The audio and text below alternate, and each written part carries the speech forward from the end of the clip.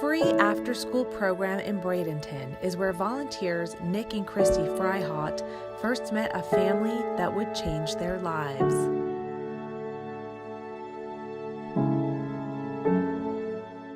They were our first family to sign up. They were homeless, and Mom had just gotten a job. There was 5 siblings, 4 girls and 1 boy, 12, 10, 9, 7, and 6. When we first met the kids, they were pretty dirty, just wild too. Not a lot of behavioral problems. So Mom's never had a home on her own. They've lived on the streets, but have stayed at different homes with people in and out. Never a consistent.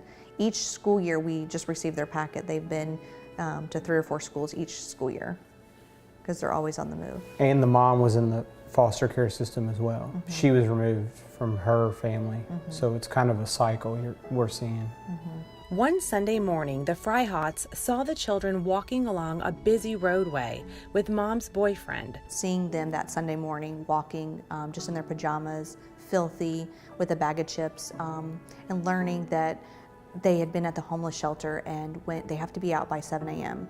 and there's no place to go. So they were walking to the playground to play, and we had pulled over and asked if we could take the kids to go get ice cream, maybe have a play date with our child, and boyfriend was able to give us permission. And the smell of when Gerald got in our car was so bad that it was nauseous. It was like I had to roll the window down, I was dry heaving, it was so bad. So we took them home and we bathed them, put them in the bath, and I ran to Walmart, got them clothes. With Mom nowhere to be found, the Fryhots took the children in as non-relative caregivers.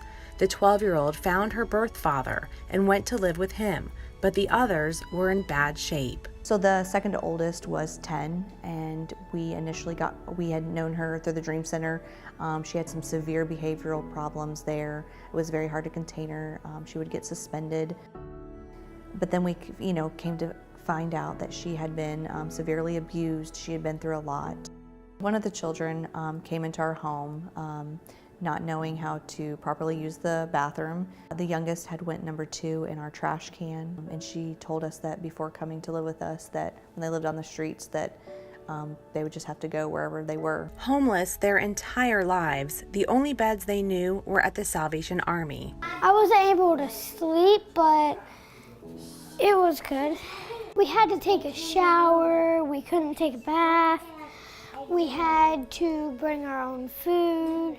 With a daughter of their own, coupled with the children's severe behavioral challenges, the Fryhots could only foster Victoria, age 9, and Sandra, age 6. She could not use utensils to eat. She ate with her hands, and she would eat and do this.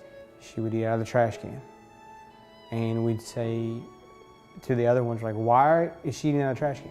Sandra, showing off her new eating skills, is now almost a different child.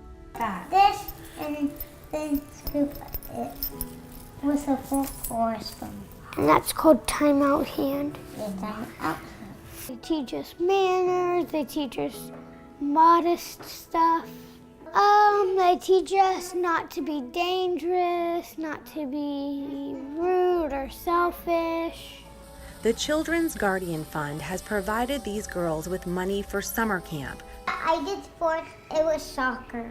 We have a soccer shirt. Tutoring, school uniforms, supplies, clothes, and more. All of our clothes are clean, every day. And today I got brand new clothes that weren't even wore yet. They were able to go to drama camp and go to sports camp and gymnastics. And then they got to perform at the end of the week to show the parents, and just to see their face light up and tell us every day what they got to do and swim. It was amazing. To be able to, as a foster parent, to provide that for them and see them happy was awesome as well. And I also play gymnastics. Yeah, I can put both of my feet behind my head. I think that some people are called to foster and some people are called to give. And if you're financially able to give, you're able to give to a child, to give them this opportunity. When children are taken away, they leave behind pets, their clothes, their stuffed animals. When you give, you're able to give that back to them. They're able to start a new life. The Children's Guardian Fund is a privately funded organization that immediately responds to the needs of children who are removed from abusive and neglectful homes. And that could mean providing a crib for a baby that's placed with a grandmother. It can mean providing some uniforms for a child who's been placed in a new school system and has no resources to get it in the middle of the school year. Or it could also mean some tutoring for a child who's behind in school. For these children to live as close to normal lives as they can possibly live under the circumstances, you know, they shouldn't be wanting for anything, and they are. They generally come into care carrying minimal possessions, minimal clothing, and not really having been used to having the things that they need. So it's incredibly important to the children. And I think it's made a huge difference in the outcomes of the cases. For Christy, a former foster child herself, this journey is personal. I want the girls to be confident.